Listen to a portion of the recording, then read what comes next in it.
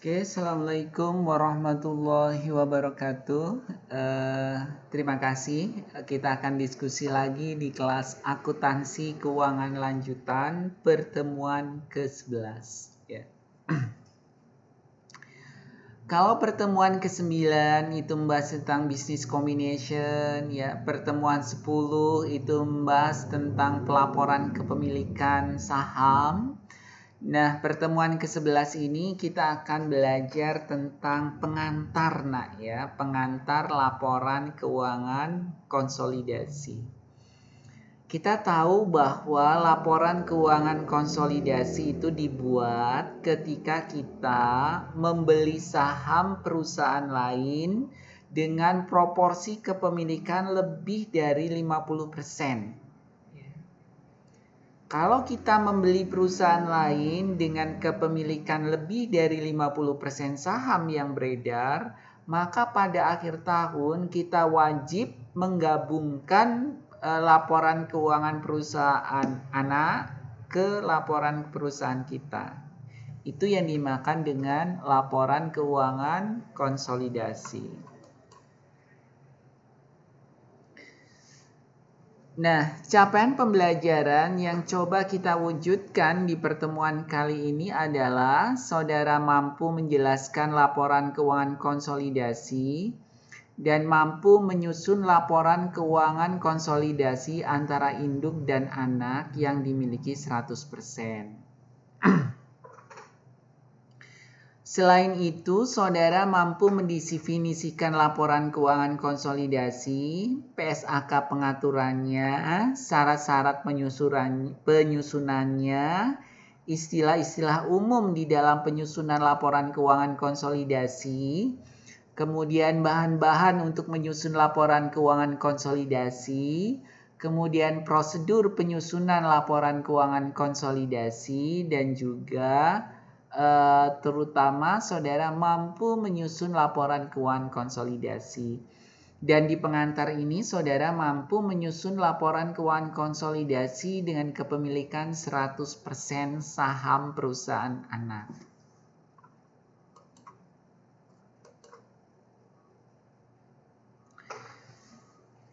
Nah, apa sih yang dimaksud dengan laporan keuangan konsolidasi? Bahwa laporan keuangan konsolidasi adalah laporan keuangan suatu kelompok usaha yang disajikan sebagai suatu entitas tunggal.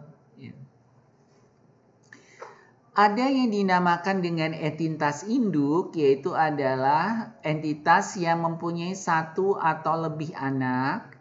Ada entitas anak, itu adalah entitas yang dikendalikan oleh entitas induk. Ada kelompok usaha, yaitu entitas induk dan seluruh entitas anaknya.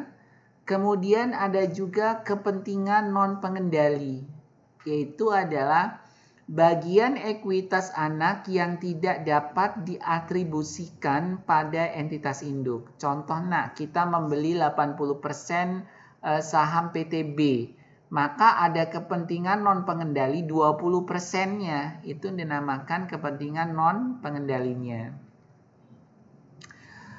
Pengendalian itu adalah kekuasaan untuk mengatur kebijakan keuangan dan operasional untuk memperoleh manfaat, ya.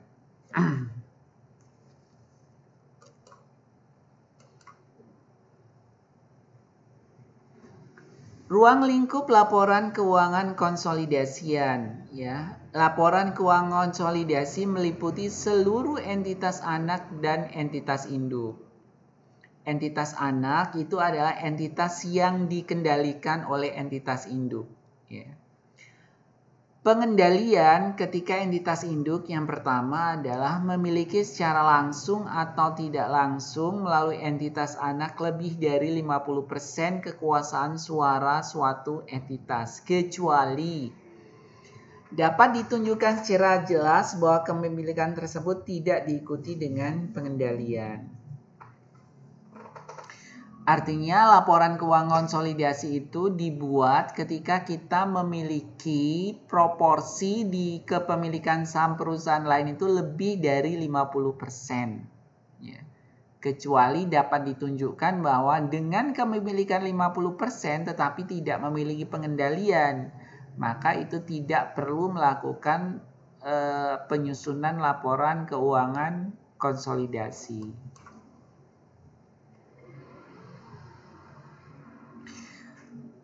Pengendalian ada ketika memiliki setengah.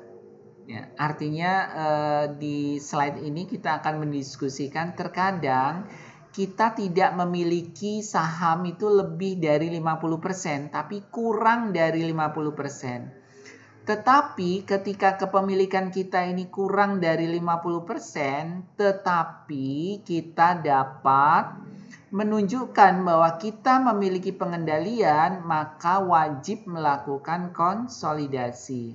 Jadi tadi konsolidasi itu wajib dilakukan ketika kepemilikannya lebih dari 50%. Tetapi konsolidasi itu wajib juga dilakukan dengan kepemilikan kurang dari 50%, tetapi dapat dinyatakan bahwa perusahaan induk memiliki pengendalian. Contoh pertama, kekuasaan melebihi setengah hak suara sesuai perjanjian dengan investor lain. Bahwa ada perjanjian bahwa investor lain itu adalah menyerahkan hak suaranya ke kita. Kekuasaan untuk mengatur kebijakan keuangan dan operasional entitas berdasarkan ADART, anggaran dasar atau perjanjian. Kita memiliki kepemilikan saham kurang dari 50%, tapi ada perjanjian bahwa penunjukan direktur itu harus kesepakatan kami, maka wajib melakukan konsolidasi. Kemudian kekuasaan menunjuk atau mengganti sebagian besar dewan direksi atau organ pengatur setara dan mengendalikan entitas melalui dewan atau organ tersebut. Dan yang terakhir, kekuasaan untuk memberikan suara mayoritas pada rapat dewan direksi atau organ pengatur setara dan mengendalikan entitas melalui direksi atau organ tersebut. Oke. Bahan-bahan apa yang kita gunakan untuk menyusun laporan keuangan konsolidasi? Yang pertama yang pasti adalah laporan keuangan induk, baik berbentuk neraca saldo maupun laporan yang sudah jadi. Kedua, laporan keuangan anaknya.